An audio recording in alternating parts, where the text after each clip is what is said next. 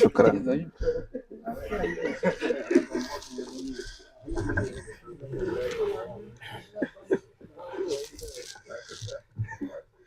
السلام عليكم ورحمة الله وبركاته.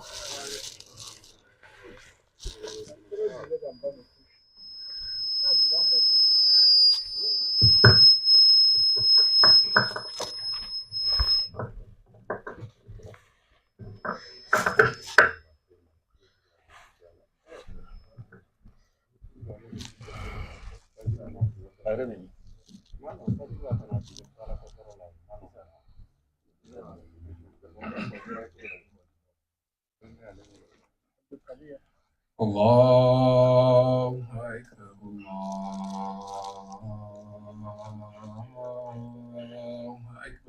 الله أكبر الله أكبر الله أكبر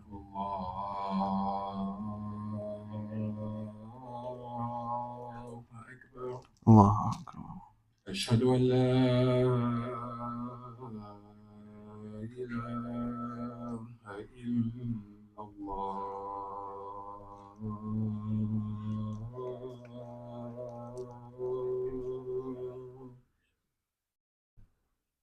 أشهد أن لا إله إلا الله.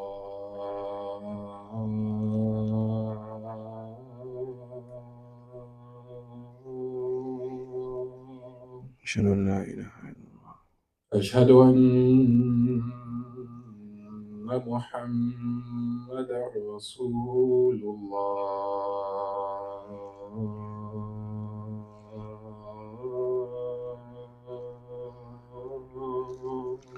أشهد أن محمدا رسول الله. أشهد أن محمدا رسول الله.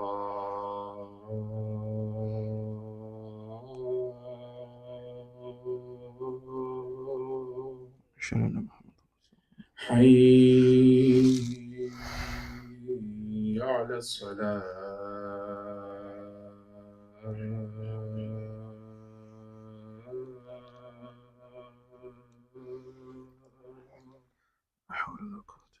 حي على الصلاة.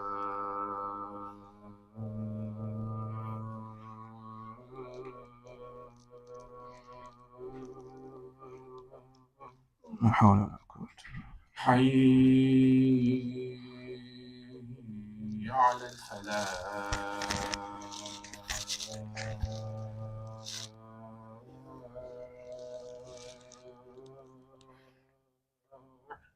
لا حول ولا قوة. حي على الفلاح.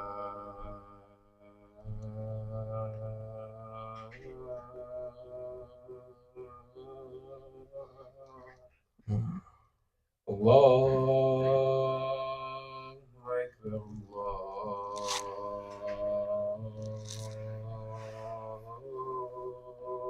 أكبر الله أكبر. لا إله إلا الله. لا إله إلا الله لا شريك له. اللهم لا تنسى.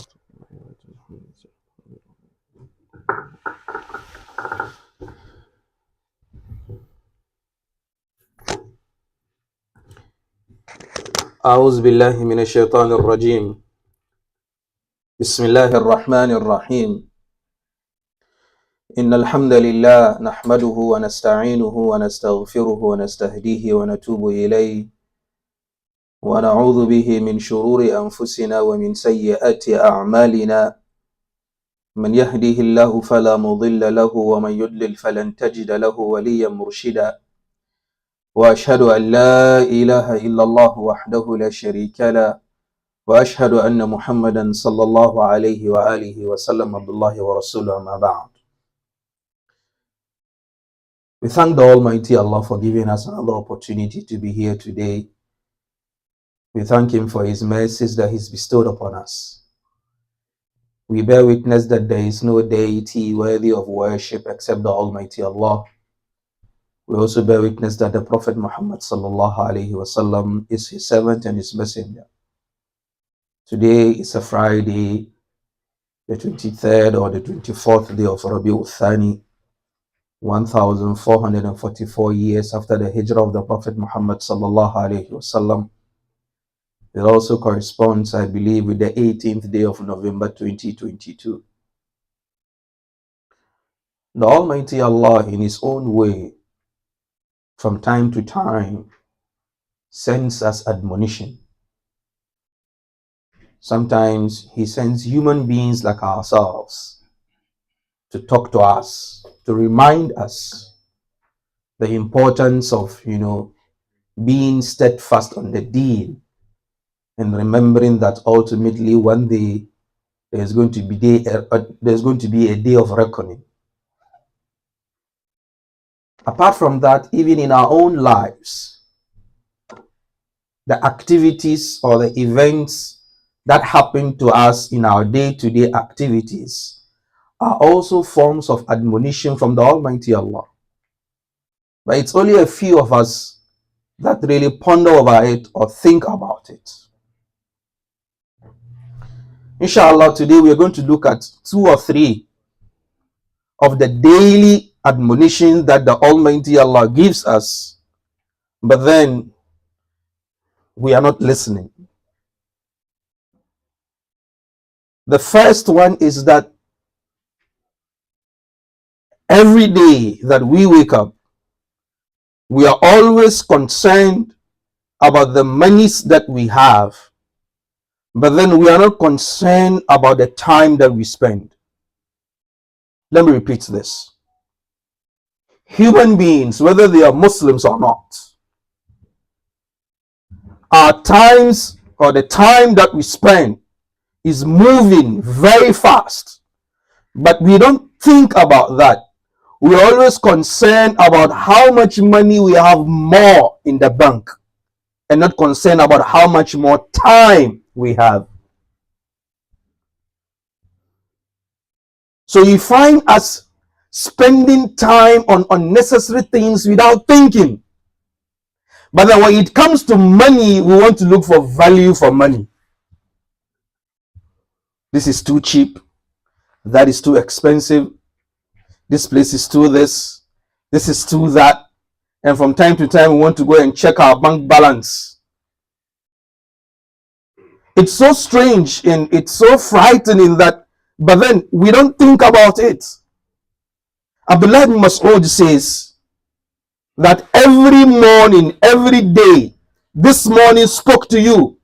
It tells you, Ya ibn Adam, ana khalqun jadid, wa ala amalika shahid, faghtanimni, fa inni la a'udu ila yawm al-qiyamah. He said, oh son of Adam, you see this Friday, it is not the same as the last Friday that went by. It is not the same as the next Friday that is coming. It's a whole different day. It has its own worship. This day is also a servant of the Almighty Allah. Same way you and I worship the Almighty Allah, today Friday also worships the Almighty Allah. And a khalqun jadid wa ala amalika shaheed. I'm also a witness upon the kind of deeds that you're going to do today. Faghtanimni, make sure you profit from me. Make sure you profit from today. Make sure by the time we pray Salat al-Maghrib, if you are amongst those who are alive, you can give an inventory of the activities that you did today, and then you should be positive that those activities are on the positive side of the Almighty Allah. How do we spend our time? What are the activities that we engage in the day? And then don't forget, the Prophet Muhammad sallallahu alaihi wasallam says that on the day of Qiyamah, none of us is going to move an inch except we'll be going to ask 4 questions. And amongst those 4 questions, an umrihi fima afna, the life that you came to lead on this dunya, 60, 70, 80 years that you're on this surface of the earth, how did you use it?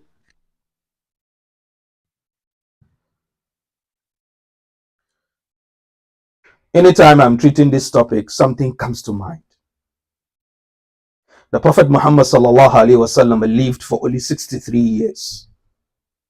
And he's been in the grave for 1,417 years now. The question I asked is, the 60 and the 70 years or the 80 years that you're going to live on this surface of the earth, the form of ibadah, the worship that you're going to do in those years, are you sure that those ibadah will give you guarantee in the grave for 500 years? It's a question we need to ask ourselves.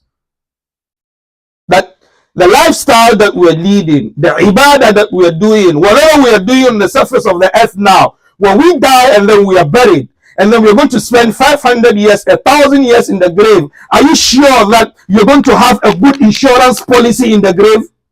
And the insurance policy is going to come from the deeds that you did on the surface of the earth. There's no agent there. There's no commission for anybody. It is your deed, your bank balance, your account, your everything.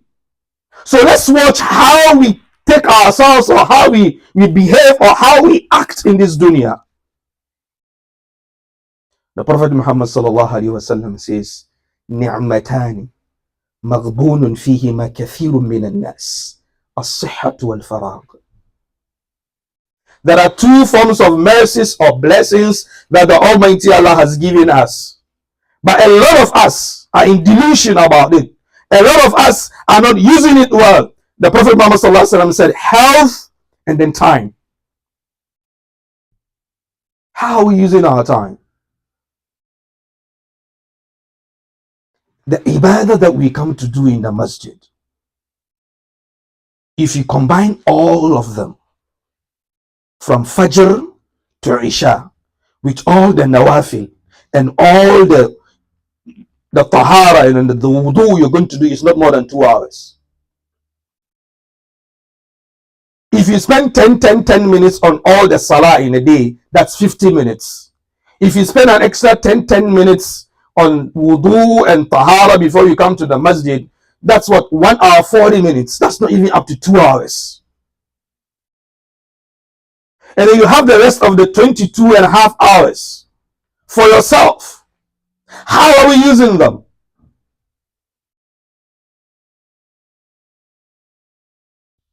Some of us, when we go to the washroom to bath, we spend 2 hours.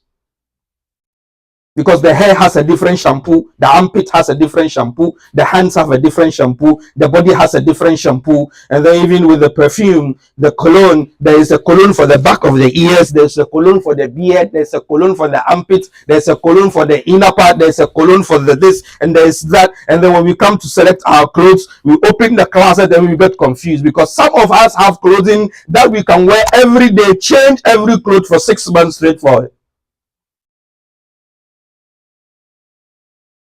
But don't forget one thing, you're not going to need that closet.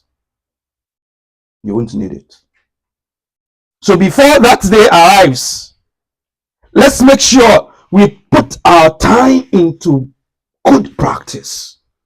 We make good use of our times. Wallahi, the Muslim is not someone who plays or jokes with his time, because we are on a mission in this dunya. Kun fi dunya ka'annaka gharibun aw adur sabil. Make sure that in this dunya you are just a passerby, you're just moving, you're on transit. If you're in transit, you don't stretch your legs, you don't get a bed to sleep. No. If you are in transit from here to another state, and then you are at the airport, and then you're going to board in the next 30-45 minutes, you don't go far away. You stay next to your gates, and then you're always alive, you're always awake, because you don't want the flights to go and leave you. That is how we are here in this dunya, because we are in transit. Malakul Maut can come at any time. Whether you are prepared or not, he is coming. Understand that? And the fearful nature of this departure is that you don't know the time, you don't know where, you don't know when, you don't know how. You don't get to choose any of that. Where will maut come? Where will death meet you? In the masjid, in the liquor store, in the club, with the boys? At what time, at what place will death come? So it means it's like the Boy Scouts. Be prepared. Be prepared. Just get your bags and baggages and then you're safe. Because of all the enjoyments that you're going to have in this dunya. At the end of the day, we're going to plant you in the earth like a seed. And that is where you're going to really, really stay. That is where real life is. فَكَشَفْنَا عَنْكَ غِطَاءَكَ فَبَصَرُكَ الْيَوْمَ حَدِيدٌ. That is where real life is. So why waste your energies on unnecessary things in this dunya? Why run around helter-skelter? Especially the young men. We have energy, we have power, we have all that we need, but then we forget that one day we'll leave. دقات القلب المرء قائلة له. You see the heartbeats? Pop, pop, pop. Wallah, it is a message to us. There is one day it will do pop, and that's it. So before the last pop happens, what are you doing? What preparation have you made for the akhirah? How well do you use your time positively? In this deen and the dunya. I'm not speaking only about coming to the masjid 24 hours. No, that's not what the Almighty Allah wants from us. No, the Almighty Allah doesn't want us to be in the masjid 24 hours a day. No, that is why inna salata kanat ala al-mu'minina kitaban mawquta. That is why salah is at appointed times, so that the rest of the time, fantashiru fi dunya wabtagu min fadlillah. Go out into the world and look for the mercies of the Almighty Allah, but make sure what you are looking for is halal. Make sure the time that you spend is either to improve yourself in the deen or improve yourself in the dunya. Improve yourself in the knowledge that will be beneficial to the community. Improve yourself in the business that is beneficial to the community. Improve your family. You can use all that time. And then don't forget that وَلَا تَنْسَ نَصِيبَكَ مِنَ الدُّنْيَا وَأَحْسِنْ كَمَا أَحْسَنَ اللَّهُ إِلَيْكَ وَلَا تَبْغِ الْفَسَادَ فِي الْأَرْضِ. Don't forget, yes, you have a share in this dunya. You have the right and the Islamic law to look for the dunya in your halal way. You have that. But then ultimately, don't forget, the Almighty Allah will question you. أقول ما تسمعون أستغفر الله لي ولكم ولسائر المسلمين من كل ذنب فاستغفروه إنه هو الغفور الرحيم. الحمد لله.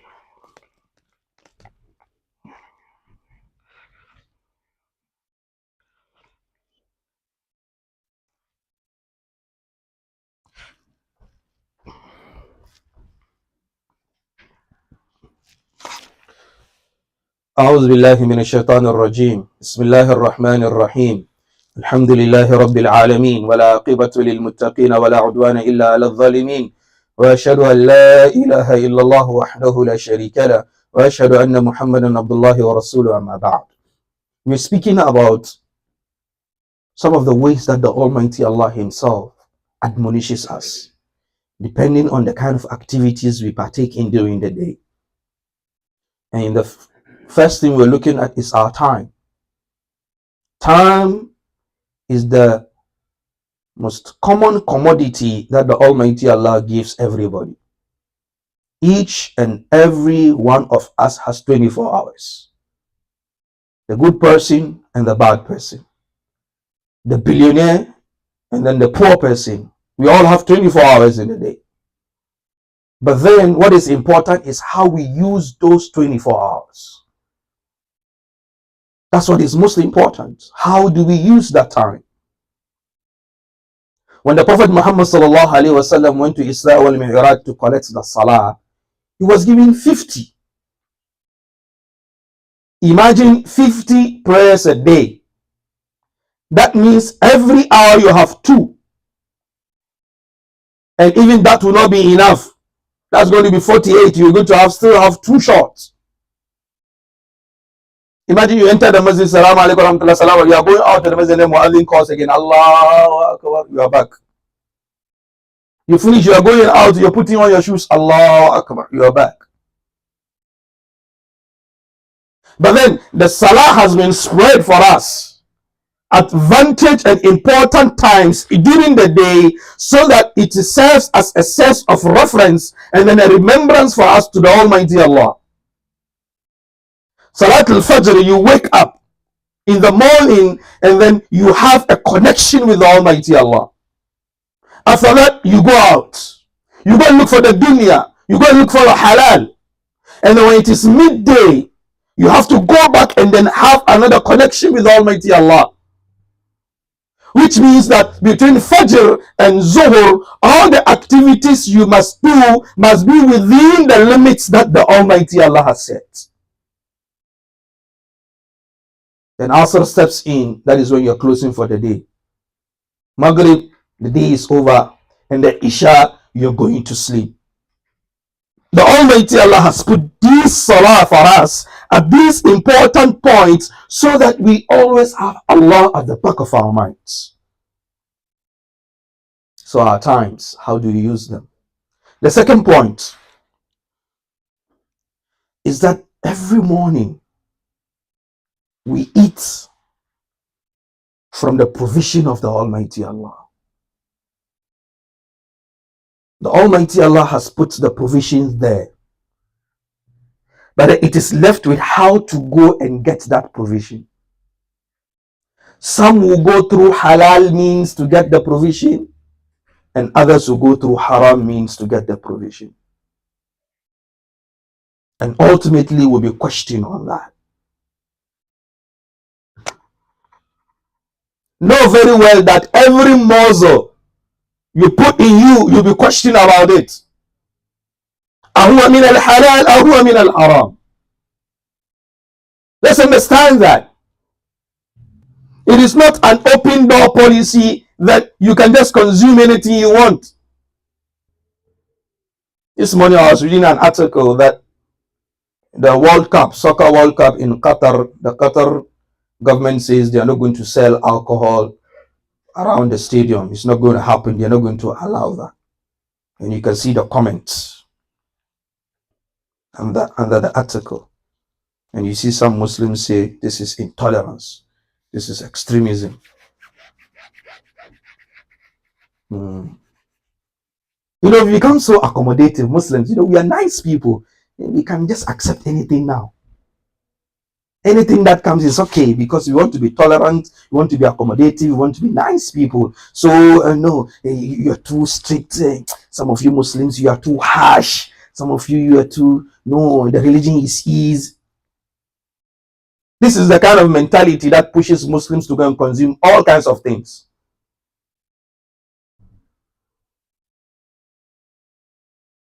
Wallahi, let's be careful. Wealth. Let's be careful about the source of the wealth that we feed our families. The hadith that we read previously where the Prophet Muhammad asked 4 questions. Amongst those 4 questions is an rizqihi aina wajadahu wa fima anfaqahu. Your money, you have 2 answers, 2 questions to answer on the day of Qiyamah. Your wealth, you have 2 questions to answer on the day of Qiyamah. How did you get 2 questions? Let's all prepare for them. And when I say preparing for them, it's not like the exams is in this dunya where you go and read books and then memorize all kinds of things. No. Your activity and your act is what is going to answer the question. How do you get the money that you use to feed your family? What is the source of your wealth? Or you don't care. Some Muslims do not care that when you talk of haram, they say, don't worry, let it come. We will halalize it. Yes, they coin a new word. They will halalize it. Make it halal.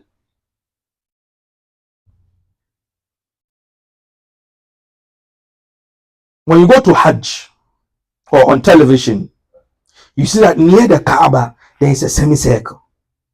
There's a semicircle. That part is part of the Kaaba.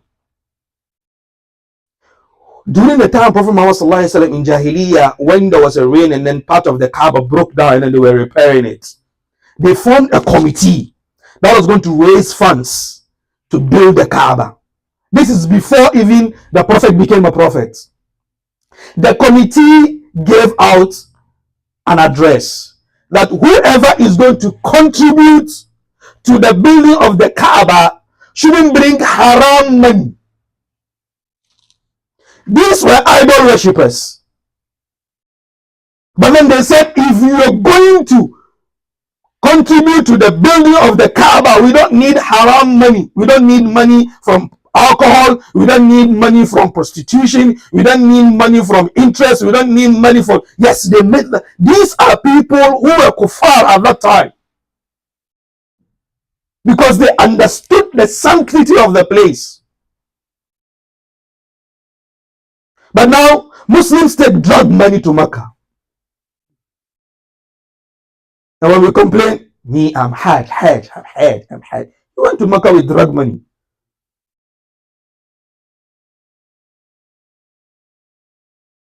It got to a point whereby the kuffar of Mecca, the men, if they are going to circumambulate around the Kaaba, they go and do it naked. They take off their clothes, because they said their clothes, they bought it with haram money, and haram must not touch the Kaaba. And they were kuffar at that time.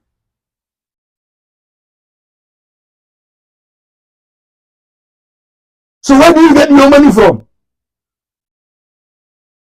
And how do you feed your family? Don't forget the hadith of our Prophet Muhammad sallallahu alaihi wasallam again, where he commands us to eat from the good things of the dunya. And at the end of the hadith, he says, ثم ذكر رجلا يطيل السفر أشعث أغبر يمد يديه إلى السماء يقول يا رب ومطعمه حرام وملبسه حرام ومشربه حرام وغذي بالحرام أن يستجاب لذلك. The Prophet said that a man has traveled a long way. He was dirty because of the travel, and then he came and then he was praying. The man was praying. He said, Ya Allah, Ya Allah, Ya Allah, Ya Allah, grant me this. And the Prophet said, his dress is from haram. The food that he eats is from haram. The water that he drinks is from haram. He himself, his father fed him with haram. The Prophet said, how is Allah going to accept the prayer of such a person? So part of the reasons that our prayer is not answered is because we consume haram.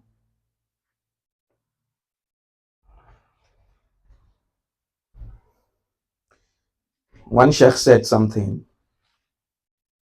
He said, إِذَا مَاتَ مِنُ آدَمْ أُصِيبَ مِنْ مُصِيبَتَيْنِ لَمْ يُصَبْ مِثْلُهُمَا قَطْ. الأولى أنه يترك ماله كله، والثانية أنه يسأل عن ماله كله. When we die, we are faced with two calamities. The first calamity is that all our monies, we leave them behind. All the money, all the struggling, all the dying, all the two work jobs, all the 16 shift hour jobs, all that we're doing, when you die, $1 is not going with you. $1 is not going.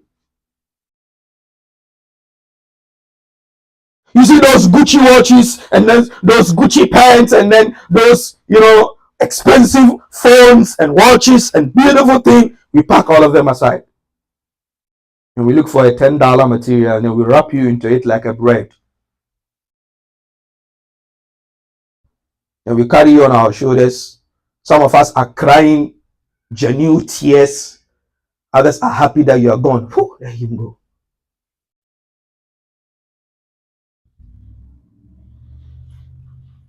You leave everything behind. And then the second calamity is that the Almighty Allah will question you on every dime. You know that the IRS here, even if it is you know that if you go to the bank and then you are short a quarter, 25 cents, will the bank tell us, say, okay, no problem, go? No. They'll take it from you. The Almighty Allah is going to question us on that.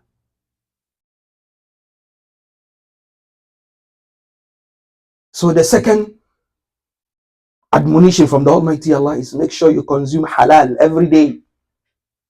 Make sure. Ayub alayhi salatu wasalam was sick. His wife went to look for food. He was lying down. He couldn't go anywhere because of the illness. His wife came and then she gave him bread. And then he asked her, where did you get this bread from? He's a sick person. And he's asking, where did you get this food from? But us, no, we don't care. It's okay. Even if it's haram, you say Bismillah on it. Bismillah, Bismillah, Bismillah. It becomes halal. You eat. Finally, every morning, we get closer to our graves, but then we don't think about it. That is why I'm always surprised when I find Muslims celebrating birthdays. I'm surprised, seriously. I'm +1 today. MashaAllah, Alhamdulillah. Today the Almighty Allah has given me 1 more year. Who told you it's an addition? It is a subtraction. Because if the Almighty Allah has decreed that you live for 70 years and then you are now 40, how many more left? 30. If you are 41, how many more left? 29. Is it an addition? It's not an addition. You're getting closer to the grave. But then you want to merry-make and then be happy and drink and dance. And some of us do haram even things there. Today's my birthday, I'm going to spend the night out. Are you a jinn? You're going to spend the night out. Every day, our foot gets closer to the grave. Every morning, every second, we are getting closer to our death. But then no, we don't think about it. We feel we're going to live forever. We feel we're going to live for 60, 70 years. But the Malakul Maut might be waiting for us at the door. And don't be surprised. Don't be. But I stand here and then before we even pray Salat, I'm gone. Don't be surprised. I lost my best friend 2 weeks ago. We were more than friends, we were like twins. 2 or 3 Saturdays ago. I led Juma at Wasatiyah 2 weeks ago. 3 weeks ago. 3 weeks ago. The following day, Saturday, I wasn't feeling well. I didn't understand what was going on. Sunday morning, I was called. He's gone. That Saturday morning, he went to madrasa to teach kids. After Asr, he was amongst the people who did janaza for a brother, and they sent that brother to the grave. After Maghrib, he taught in a masjid between Maghrib and Isha. After Isha, he went to give another lecture again. 12 a.m. he got home. My heart, my heart, my heart. Let's look for a taxi and get to the hospital. By the time they got to the hospital, he was gone. He completed Medina, Islam University in Medina, Kulliyat al-Hadith 3 months ago. And when we met in Hajj, I was telling him, stay behind and then do your master's degree. He told me, I think back home people need the ilm. What I've got now is enough. Let me go home and then give them the ilm. Let me go home and teach. It's okay. It's enough. Not knowing he's coming home so that we bury him home. So it's not about passing time with the brothers and then merry-making and then jumping here and there and then running helter-skelter because you feel you are 17 or 18 or 20 or 25 or 40 and because your father is 80. The Almighty Allah didn't sign a contract with you that you will live to be 80. He didn't sign that. He didn't sign that with you. Or you have an agreement with, I don't know, maybe someone here is a big sheikh that he has an agreement with Allah that he will live for 80 years. Who? If you have guarantee that you pray Asr today, raise your hand and let's see you. If you have guarantee that there is no 2 ways you pray Asr today, raise your hands and let's see. Nobody. So why the merrymaking? Why the forgetfulness? Why the jumping around? Don't you realize that nowadays it is we the young men who are dying and our fathers are the ones who are burying us? Don't you realize that?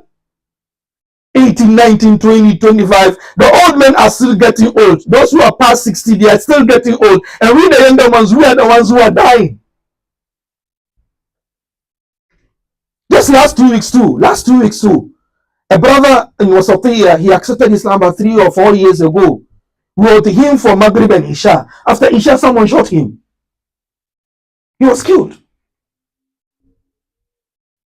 So my brothers, the world, the dunya has a very limited time scope for you to be running around merrymaking and wasting your time. That's number one. Number two, be mindful of what you consume. I'm not speaking about your health, your physical health. I'm speaking about your spiritual health in the akhirah. That whatever haram you consume in this dunya, you're going to vomit it out on the day of Qiyamah. And especially people's reputations and people's monies and people's wealth. Don't think you are smart when you steal other people's monies. No, no, no, no. You're not smart. Don't think you are fast when you beat people. Don't think you are fast when you fraud people or you scam people. You're not a hustler, you're a thief. That's the name. You are a clear-cut thief. And let's not glorify those people. Like he's a hustler, he's a smart guy. No, he's a thief. And finally, Malakul Maut looks in our faces every day. If you forget about him, he doesn't forget about you. And he can come at any time. Even he himself doesn't know when he is going to come to you. It's only the Almighty Allah who knows. How prepared are you? ربنا آتنا في الدنيا حسنة وفي الآخرة حسنة وقنا عذاب النار ربنا لا تزغ قلوبنا بعد إذ هديتنا وهب لنا من لدنك رحمة إنك أنت الوهاب ربنا إنك جامع الناس ليوم لا ريب فيه إن الله لا يخلف الميعاد سبحانك اللهم وبحمدك نشهد أن لا إله إلا أنت نستغفرك ونتوب إليك قوموا إلى صلاتكم يرحمكم الله.